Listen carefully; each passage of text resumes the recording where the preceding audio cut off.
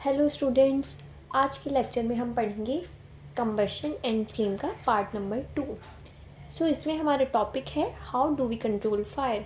But one important thing, make sure कि आपने lecture number 1 भी देखा हो, बिकॉज इन द स्टार्टिंग में हमने काफ़ी इंपॉर्टेंट टॉपिक्स कवर किए हैं, जैसे कि कंबशन क्या होता है, what is ignition temperature and what are inflammable substances. Now students, हम आज का टॉपिक शुरू करते हैं, how do we control fire. कहीं पर अगर आग लग जाती है, हम उसे कैसे कंट्रोल करेंगे, कैसे हम उसे बुझाएंगे। तो जो पहली बात हमारे माइंड में आती है वो है हमें एक फायर ब्रिगेड बुलानी चाहिए जो हमारी फायर को स्टूडेंट्स कंट्रोल करेगी।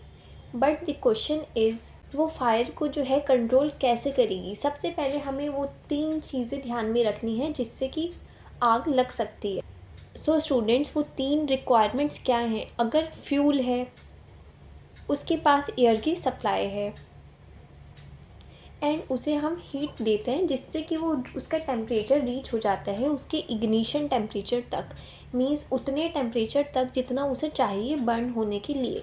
अगर ये तीनों रिक्वायरमेंट पूरी होती है तो कोई भी चीज़ बर्न हो जाएगी और आग लग जाएगी। अगर हम इन रिक्वायरमेंट में से एक या फिर 2 चीज़ें किसी टाइप से कंट्रोल कर सकते हैं या उन्हें होने नहीं देते तो आपकी जो फायर है स्टूडेंट्स वो बुझ जाएगी।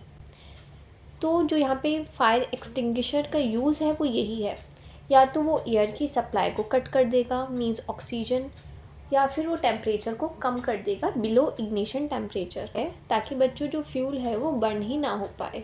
फायर ब्रिगेड है वो भी बच्चों पानी डालती है ताकि जो टेम्परेचर है वो कूल डाउन हो सके और जो फ्यूल है वो बर्न होना रुक जाए।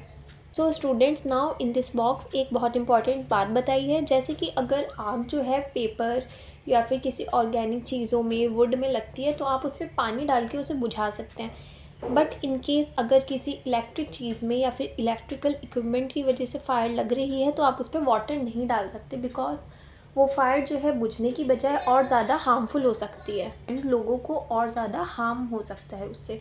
डेट्स वाई अगर किसी इलेक्ट्रिक चीज़ की वजह से आग लगती है उस पर हम पानी का यूज़ नहीं कर सकते, उसके लिए हम CO2 का यूज़ करते हैं। ये जो इस टाइप से रेड सिलेंडर्स होते हैं आपको देखने के लिए मिलते हैं, इसमें कार्बन डाइऑक्साइड होती है। तो बच्चों, अगर आग लगती है तो क्या होता है, जब CO2 रिलीज़ होती है वो एक एक्सटिंग्विशर की तरह काम करती है और वो आग को बुझा देती है, क्योंकि स्टूडेंट्स उसका रोल है कि उसने एयर की सप्लाई को कट कर दिया है। Now types of combustion. Combustion कितने टाइप्स का हो सकता है। Is students rapid combustion. जब हम देखते हैं कि gas Burns rapidly and produce heat and light, जैसे कि गैस जो है वो बर्न करके हीट एंड लाइट देती है, इस टाइप के कंबशन को बोलते हैं रैपिड कंबशन। ऐसे भी सब्सटेंस होते हैं जैसे कि फॉस्फोरस, जो बर्न होने लगते हैं in air at room temperature, means उसको हमें अलग से ज़्यादा टेम्परेचर भी नहीं देना पड़ेगा, रूम टेम्परेचर पे ही वो खुद ब खुद बर्न होने लगेंगे। एंड कुछ ऐसे कंबशन होते हैं जिन्हें हम बोलते हैं स्पॉन्टेनियस कंबशन, अपने आप ही होने लगते हैं, जैसे कि बच्चों आप इसमें फॉरेस्ट फायर को कंसीडर कर सकते हैं। Without application of any apparent cause, बिना किसी कॉज की आपने उसे ना जलाया है, वो खुद ब खुद बर्न होना शुरू हो गया, कंबशन होने लगा, तो इसे कहते हैं स्पॉन्टेनियस कंबशन। सडनली बर्स्ट होके फ्लेम बन जाता है। इस बॉक्स में यही बताया है बच्चों स्पॉन्टेनियस कंबशन, और एक्सप्लेन किया गया है कि कैसे हम फॉरेस्ट फायर में देखते हैं अचानक से खुद ब खुद आग लग जाती है। And next is explosion. अब एक्सप्लोजन क्या होता है, आपने फायरवर्क्स एंड क्रैकर्स वगैरह देखे होंगे जो हम सब अपने फेस्टिव में यूज़ करते हैं। तो अगर हम उसे इग्नाइट करते हैं, उसका टेम्परेचर इंक्रीज़ करते हैं, तो क्या होता है, बहुत ज़्यादा हीट, लाइट एंड साउंड आती है। Such a reaction is called explosion. Explosion can also take place if pressure is applied on the cracker. तो बच्चों, ज़रूरी नहीं है अगर आप उसका टेम्परेचर बढ़ाएं तभी एक्सप्लोजन होगा। ऐसा भी हो सकता है कि अगर आप उस पर ज़्यादा प्रेशर अप्लाई करते हैं तब भी वो एक्सप्लोड कर जाए, फट जाए एंड आपको आवाज़ सुनाई दे एंड काफ़ी ज़्यादा गैस वगैरह रिलीज़ हो। So it is explosion. Now अब हमारा टॉपिक है फ्लेम। तो जैसे कि आप सब ने नोटिस किया होगा, जब कैंडल बर्न होती है उसमें फ्लेम बनती है।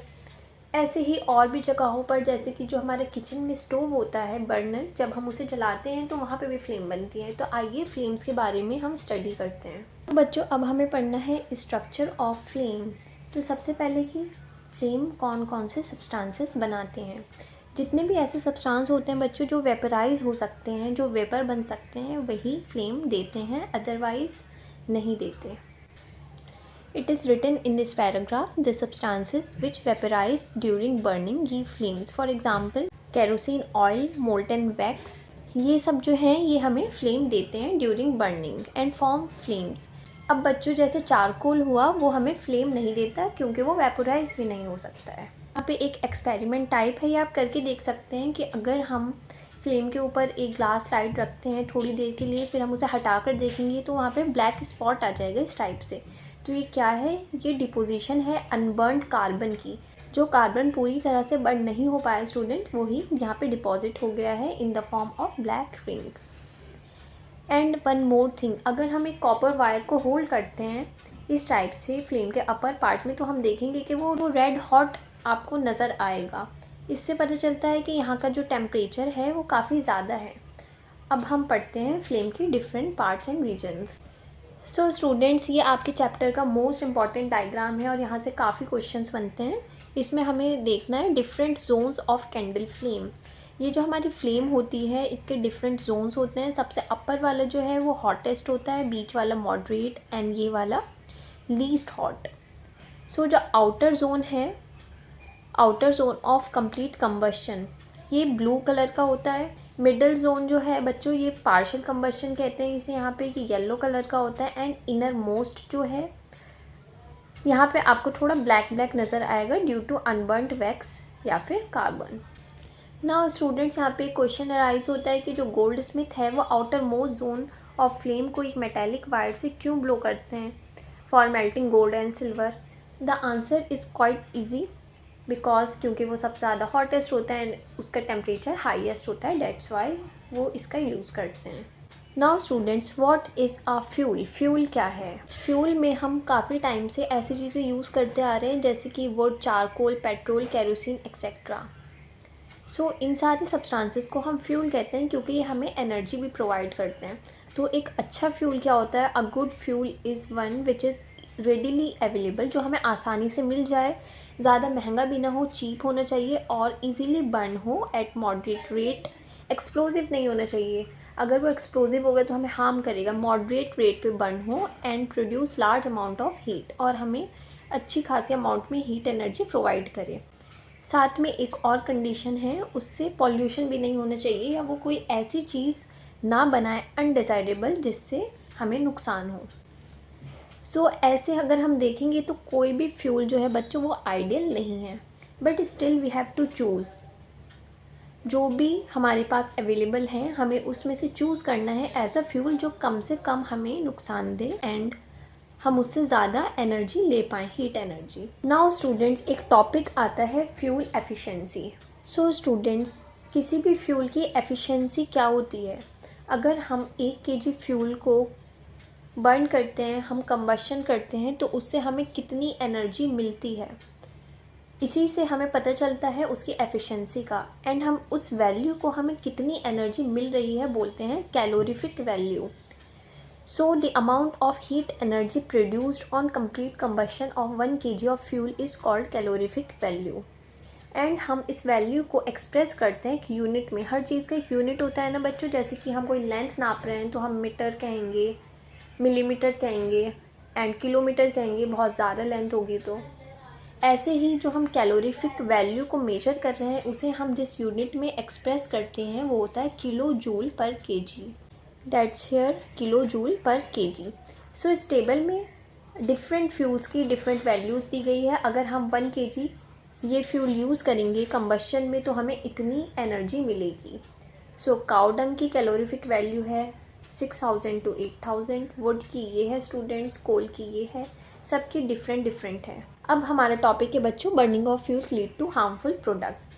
फ्यूल को बर्न करने से हमें क्या क्या हार्मफुल प्रोडक्ट मिलते हैं और उससे हमारा इन्वायरमेंट कैसे पॉल्यूटेड होता है, वो सब हमें इस टॉपिक में पढ़ना है। First is carbon fuel like wood, coal, petroleum release unburned carbon particles. इन पार्टिकल से स्टूडेंट्स क्या होता है, हमें बहुत सी बीमारियां हो सकती हैं जैसे कि एस्थमा वगैरह। तो अगर हम कार्बन वाली फ्यूल यूज़ करते हैं तो उससे हमें डिसीज़ होने के चांसेस है क्योंकि हमारा बहुत सा कार्बन अनबर्न्ड रह जाता है। नाउ सेकंड केस है इनकम्प्लीट कंबशन का, मतलब कंबशन तो हुआ है पर इनकम्प्लीट हुआ है। इस केस में क्या होता है, एक नई गैस बनती है जिसे हम कहते हैं कार्बन मोनोऑक्साइड गैस। ये काफ़ी ज़्यादा पॉइजनस होती है। It is dangerous to burn coal in a close room. इसलिए ही कहते हैं बच्चों, जो हमें कोयला है, कभी कभी सर्दियों में क्या होता है, लोग कोयला जलाते हैं घरों में और विंडोज़ एंड डोर्स जो हैं वो बंद होते हैं। डेट्स वाई ये काफ़ी ज़्यादा हार्मफुल है। तो क्या होता है, अगर आप इस कंडीशन में उसे बर्न करेंगे तो कार्बन मोनोऑक्साइड बन जाएगी एंड वो इवन किल कर सकती है पर्सनस को जो वहाँ पे सो रहे होंगे। And third one is combustion of most fuel release carbon dioxide in the environment. जितने भी फ्यूल्स हैं सब कार्बन डाइऑक्साइड रिलीज़ करते ही हैं एनवायरनमेंट में, जिससे क्या हो रहा है, कार्बन डाइऑक्साइड का कंसनट्रेशन लेवल काफ़ी ज़्यादा बढ़ गया है एटमॉस्फेयर में। उससे ग्लोबल वार्मिंग हो रही है। ग्लोबल वार्मिंग मीन्स हमारे एटमॉस्फेयर का जो टेम्परेचर है जब वो ज़्यादा बढ़ जाता है नॉर्मल लेवल से, एंड उसकी वजह से जो है ग्लेशियर्स वगैरह मेल्ट होने लगते हैं। इसी फिनोमेना को कहते हैं हम ग्लोबल वार्मिंग, एंड इसका मेन कॉज है increase level of carbon dioxide in the atmosphere. Now student, fourth and the last one is burning of coal and diesel release sulphur dioxide. ये एक और बहुत पॉइजनस गैस है, बहुत harmful gas है sulphur dioxide, जिससे क्या होता है, एसिड रेन। जो सल्फ़र के ऑक्साइड्स हैं और नाइट्रोजन के ऑक्साइड्स रेन में डिसॉल्व हो जाते हैं, एंड फिर जो रेन होती है उसे कहते हैं हम एसिड रेन। ये हमारी क्रॉप्स के लिए भी बहुत हार्मफुल है, एंड जो हमारी बिल्डिंग्स हैं और सॉइल है उनको भी ख़राब करती है। इसके बारे में स्टूडेंट्स आपने ताजमहल का पढ़ा होगा, वो पहले काफ़ी ज़्यादा वाइट हुआ करता था, जितना अब है उससे भी काफ़ी ज़्यादा। अब वो थोड़ा थोड़ा येलोइश हो गया बिकॉज ऑफ एसिड रेन।